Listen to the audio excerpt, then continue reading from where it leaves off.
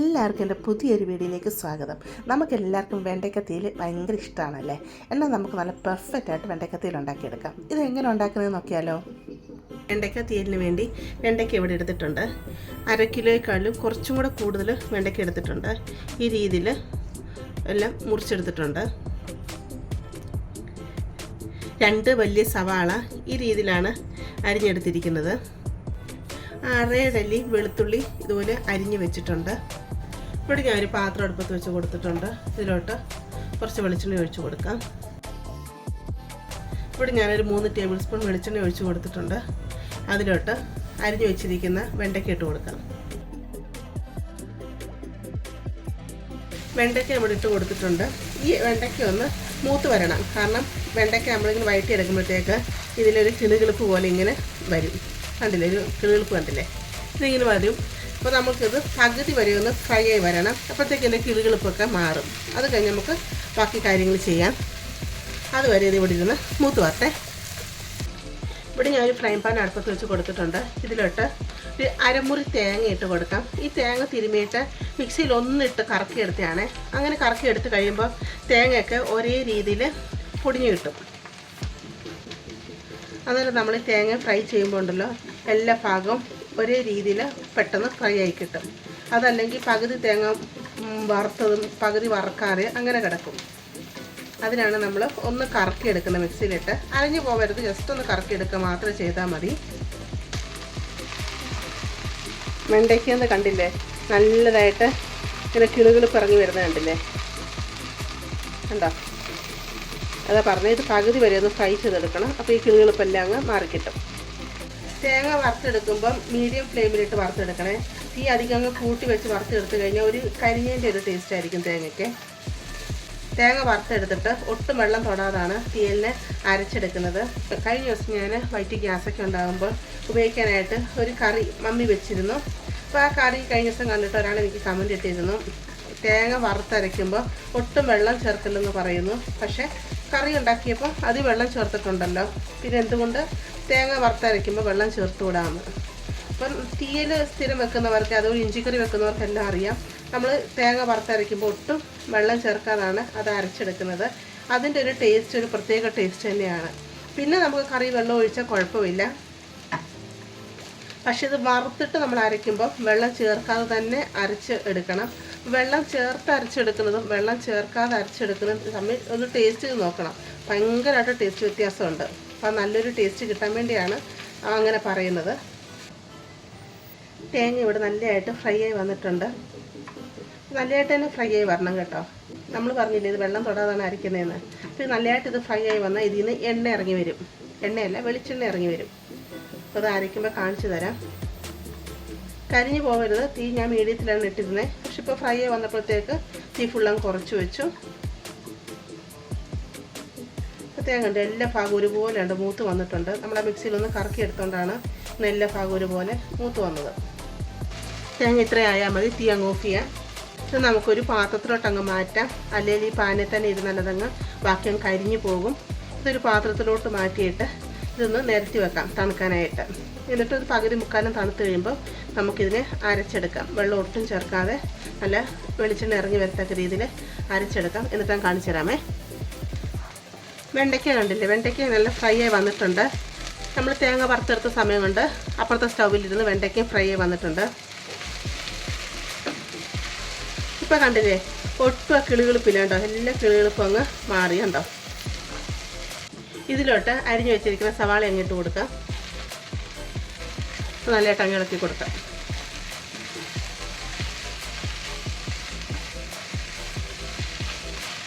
വെളുത്തുള്ളിയും കൂടെ അങ്ങിട്ട് കൊടുക്കാം. ഈ വെളുത്തുള്ളി സവാളയൊക്കെ നല്ലതായിട്ടൊന്ന് ഫ്രൈ ആയി വരണം. വെണ്ടയ്ക്ക പകുതി മുക്കാലും ഫ്രൈ ആയി. ഇനിയിപ്പോൾ വെളുത്തുള്ളിയും സവാളയൊക്കെ ഫ്രൈ ആകുമ്പോഴത്തേക്ക് ബാക്കി വെണ്ടയ്ക്കോടെ അങ്ങ് ഫ്രൈ ആവും. ഇതിൻ്റെ കൂട്ടത്തിൽ കിടന്ന് ഇതങ്ങ് ഫ്രൈ ആയി വരട്ടെ. ഇവിടെ ഞാൻ ചെറിയൊരു കഷ്ണം പുളി വെള്ളത്തിലിട്ട് വെച്ചിട്ടുണ്ട്. ഒരു 10 മിനിറ്റ് കഴിയുമ്പോൾ ഇത് നമുക്ക് ഞെരടി ഇതിൻ്റെ വെള്ളം പിഴിഞ്ഞെടുക്കാം. അതുപോലെ നിങ്ങൾക്ക് ഈ സവാളയ്ക്ക് പകരം കൊച്ചുള്ളി ഇട്ട് കൊടുക്കാം കേട്ടോ. കൊച്ചുള്ളി ഇട്ട് കൊടുക്കുമ്പോഴാണ് എപ്പോഴും ടേസ്റ്റ് കൂടുതലായിട്ട് തോന്നിക്കുന്നത്. അപ്പോൾ എൻ്റെ കൊച്ചുള്ളി ഇല്ലാത്തതുകൊണ്ടാണ് ഞാൻ സവാള ഇട്ട് കൊടുത്തത്. കൊച്ചുള്ളി ആണെങ്കിൽ ഒരു 1/4 കിലോളം കൊച്ചുള്ളി രണ്ടായിട്ട് കുളത്തി ഇട്ട് കൊടുത്താൽ മതിയേ. അതല്ലെങ്കിൽ നിങ്ങൾക്ക് കുറച്ച് കൊച്ചുള്ളിയും ഒരു സവാളയും അങ്ങനെ എടുക്കാം കേട്ടോ. അതുപോലെ എരിവ് അധികം താല്പര്യമുള്ളവരാണെങ്കിൽ നിങ്ങൾക്ക് ഇതിൻ്റെ അകത്തോട്ട് 1-2 പച്ചമുളക് നടുക്കൂടെ കീറിയാണെങ്കിൽ അതും ഇട്ട് കൊടുക്കാമേ. ഇവിടെ കുഞ്ഞുങ്ങളൊക്കെ ഉള്ളതുകൊണ്ട് അധികം എരിവ് വേണ്ട, അതുകൊണ്ട് പച്ചമുളക് ഇപ്പോൾ ഇടുന്നില്ല. സവാളയൊക്കെ ഇവിടെ നല്ലതായിട്ട് വഴണ്ട് വന്നിട്ടുണ്ട്. കണ്ടോ, സവാളയും വെളുത്തുള്ളിയും വെണ്ടയ്ക്കയും എല്ലാം നല്ലതായിട്ട് വഴണ്ട് വന്നിട്ടുണ്ട്. ഈ അങ്ങ് കുറച്ച് വെക്കാം. ഞാൻ ഇവിടെ തേങ്ങ അരച്ചും കൊണ്ട് വന്നിട്ടുണ്ട്. കഴിഞ്ഞ ദിവസം ഞാൻ ഒരാൾ ചോദിച്ചെന്ന് കണ്ടോ, വെള്ളം ചേർത്ത് കഴിഞ്ഞാൽ നമുക്ക് ഈ രീതിയിൽ ഒരിക്കലും തേങ്ങ അരിഞ്ഞ് കിട്ടത്തില്ല. ഈ രീതിയിൽ തേങ്ങ അരിഞ്ഞ് കിട്ടിയാൽ കറിക്കൊരു പ്രത്യേക ടേസ്റ്റാണ്. വെള്ളം ഒഴിച്ച് കഴിഞ്ഞാൽ തേങ്ങ ഇങ്ങനെ അരയത്തില്ല. ഈ രീതി അരിഞ്ഞ് കിട്ടാൻ വേണ്ടിയാണ് നമ്മൾ വെള്ളം ചേർക്കാതെ അരച്ചെടുക്കണമെന്ന് പറയുന്നത്. ഇതിനൊരു പ്രത്യേക ടേസ്റ്റ് തന്നെയാണ്. നമുക്കിനി ഇതിലോട്ട് വേണ്ട പൊടികളിട്ട് കൊടുക്കാം. തീപ്പം ഞാൻ കുറച്ച് വെച്ചേ. ഇതിലോട്ട് 2 table spoon Kashmiri chilli powder ഇട്ട് കൊടുക്കുകയാണ്. 1.5 ടേബിൾ സ്പൂൺ മല്ലിപ്പൊടി,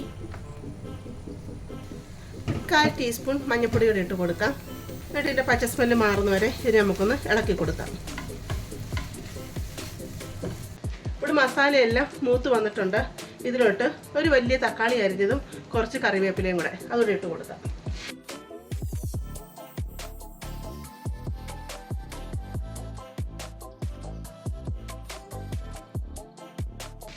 പുളി പിഴിഞ്ഞ് വെച്ചിരുന്ന വെള്ളമാണ്, അത് ഇതിലോട്ട് അങ്ങ് ഒഴിച്ച് കൊടുക്കാം.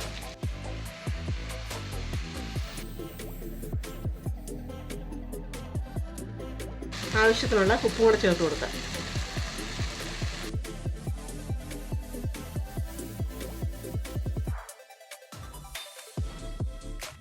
തക്കാളി ഒന്ന് വാടി വരാൻ വേണ്ടി നമുക്കിതൊന്ന് അടച്ചു വെക്കാമേ.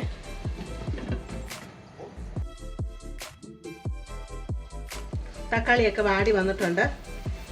ഇത്ര വാടി വന്നാൽ മതി കേട്ടോ. ഇതിലോട്ട് അരച്ചു വെച്ചിരിക്കുന്ന തേങ്ങ അങ്ങിട്ട് കൊടുക്കാം.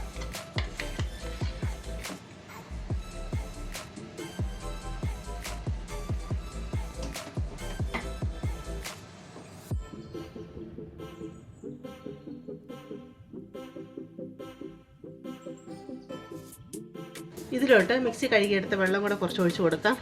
ഇനി നമുക്ക് തീയലിന് എത്രയും ലൂസ് വേണ്ടതെന്ന് വെച്ചാൽ അത്രയും വെള്ളം നമുക്ക് ഒഴിച്ച് കൊടുക്കാമേ.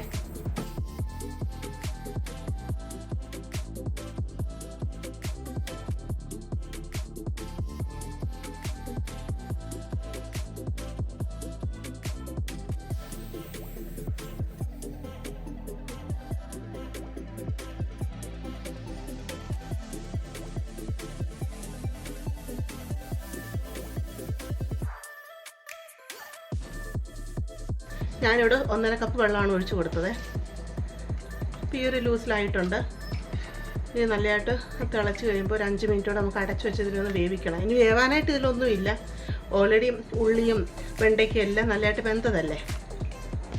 ഉപ്പൊക്കെ ഈ സമയത്ത് നോക്കുക, ഉപ്പാണ് ഇട്ട് കൊടുക്കുക. ഇപ്പോൾ പുളി കുറവാന്ന് പറഞ്ഞിട്ട് പിന്നെ പുളി അധികം ഒഴിക്കല്ലേ കേട്ടോ. ഇത് വെന്ത് കഴിഞ്ഞിട്ട് മാത്രം നിങ്ങൾ നോക്കുക. കാരണം ഈ തക്കാളിയിൽ നിന്നൊക്കെ പിന്നെ ഈ പുളി ഇതിലോട്ടൊക്കെ ഒന്ന് ഇറങ്ങി വരണമല്ലോ. പുളിയൊക്കെ ഇറങ്ങി വന്നിട്ട് മാത്രം പിന്നെ പുളി വേണമെങ്കിൽ ഒഴിച്ച് കൊടുത്താൽ മതി. അധികത്തിൽ വേണമെങ്കിൽ നമുക്ക് അടച്ചു വെക്കാം.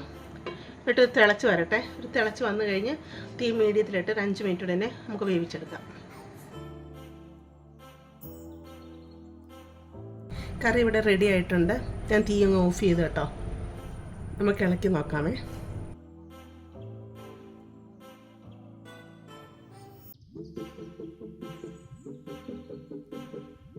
ഈ സമയം നിങ്ങൾ ഉപ്പൊക്കെ നോക്കാം. ഉപ്പ് വേണമെങ്കിൽ ആവശ്യത്തിന് ഉപ്പിട്ട് കൊടുക്കുക. അതുപോലെ പുളി കുറവെന്ന് തോന്നുവാണ് ശകലം പുളി പിഴിഞ്ഞ് ഒഴിച്ച് കൊടുത്തിട്ട് ഒന്നുകൂടെ തിളപ്പിച്ചിട്ട് അങ്ങ് ഓഫ് ചെയ്താൽ മതിയേ. എരിവിടുമ്പോൾ എപ്പോഴും നോക്കിയിടണം കേട്ടോ. കാരണം വെണ്ടയ്ക്കൊക്കെ ഒന്നും അധികം എരിവ് പിടിക്കാനൊന്നും ഇല്ലല്ലോ. അപ്പോൾ പച്ചമുളക് ഇടുന്നവരൊക്കെ ആണെങ്കിൽ മുളക് പൊടിയൊക്കെ കുറച്ച് ഇടാവും. ഞാൻ പറഞ്ഞ അളവിൽ മുളക് പൊടി ഇടരുത് കേട്ടോ. അപ്പം എനിക്കിപ്പോൾ എരിവൊക്കെ കറക്റ്റാണ്, കാരണം ഞാൻ പച്ചമുളകൊന്നും ഇട്ടിട്ടില്ലല്ലോ. ഇപ്പം നമ്മൾ ഈ തീയിന് കടുക് പൊട്ടിച്ചിട്ടില്ല. അപ്പം ഞാൻ ഇനി കടുക് പൊട്ടിക്കുന്നില്ല, കാരണം നമ്മൾ ആവശ്യത്തിന് വെളിച്ചെണ്ണയൊക്കെ ഒഴിച്ചതാണ്. തേങ്ങ വറുത്തപ്പോഴും വെളിച്ചെണ്ണയാണല്ലോ അതിലുണ്ടായിരുന്നല്ലോ. അപ്പോൾ നിങ്ങൾക്ക് ഇതിൽ കടുക് പൊട്ടിക്കാൻ താല്പര്യമുള്ള ആൾക്കാരാണെങ്കിൽ ഇപ്പം നിങ്ങൾ സാധാരണ ചെയ്യുന്ന പോലെ കടുക് പൊട്ടിക്കുക. വെളിച്ചെണ്ണയ്ക്കകത്തോട്ട് ശകലം കടുക് പൊട്ടിച്ചിടുക, പച്ചമുളക് കണ്ടിച്ചിടുക, അതുപോലെ കൊച്ചുള്ളിയും കറിവേപ്പിലൊക്കെ ഇട്ട് നിങ്ങൾക്ക് കടുക് പൊട്ടിച്ചിട്ട് അത് ഇടാവുന്നതാണ് കേട്ടോ. ഈ ഒരു തീയിലും ഒരു മീൻ വറുത്തതും കൂടെ ഉണ്ടെങ്കിൽ ചോറ് കഴിക്കാൻ നല്ല ടേസ്റ്റാണ്.